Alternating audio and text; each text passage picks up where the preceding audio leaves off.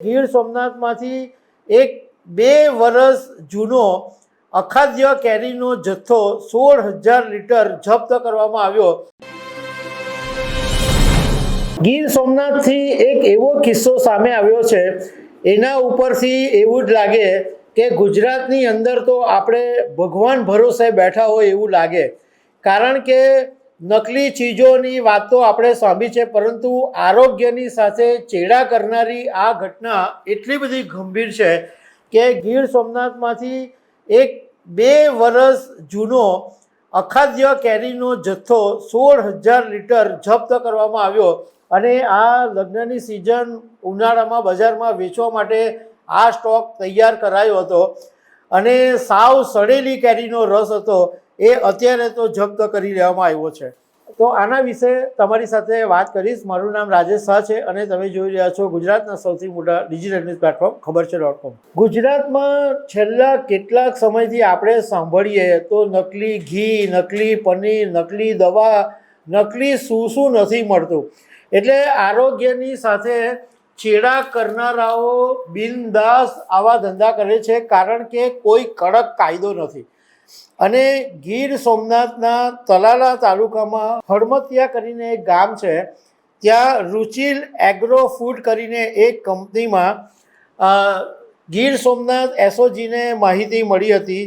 તો ફૂડ સેફ્ટીના અધિકારીઓને સાથે રાખીને આ રુચિલ એગ્રો ફૂડ ઉપર જ્યારે દરોડા પાડવામાં આવ્યા, ત્યારે અધિકારીઓ ત્યાં જઈને જે જોયું એ ચોંકી ગયા હતા, કારણ કે બધા કેરીના જે રસના ડબ્બા હતા એ પેક કરીને રાખ્યા હતા અને 16,000 લીટર કેરીનો જે રસ હતો એને તૈયાર રાખવામાં આવ્યો હતો।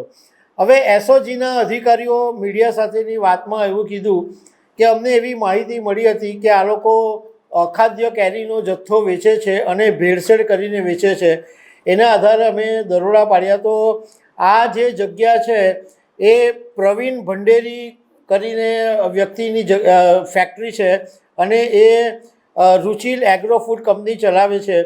2 વર્ષથી કંપની બંધ જ હતી અને આ લોકો કેરીનો રસ જે ભરી રાખેલો હતો એમાં એ લોકોનો કારસો એવો હતો કે લગ્નસરાની સિઝન ચાલે છે અને ઉનાળાની સિઝન આવી ગઈ છે, તો બજારમાં વેચવા માટે જો માલની જરૂર પડે એટલે ઓર્ડર આવે તો જૂના લેબલો હટાવીને નવા લેબલો મારીને બજારમાં વેચવાનો એ લોકોનો કારસો હતો। પરંતુ સદનસીબે આ બધો 16,000 લીટર કેરીનો રસ માર્કેટમાં જાય એ પહેલાં એસઓજીએ સીલ કરી દીધો છે।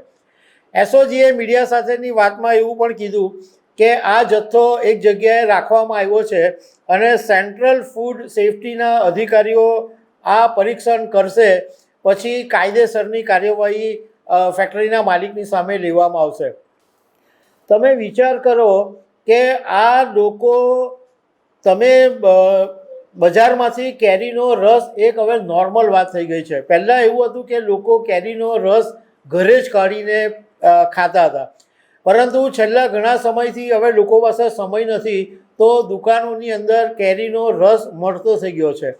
અને આવા હવે તો એવો ડર લાગે કે કેરીનો રસ બી આવો કંઈ 2 વર્ષ જૂનો કે ડુપ્લિકેટ કે ભેળસેળિયો તો નહીં હોય ને, તો એ ખાવાનું પણ એક જોખમ ઊભું થઈ ગયું છે। તો દર્શક મિત્રો, આવા અનેક અપડેટની સાથે અમે તમને મળતા રહીશું। આભાર।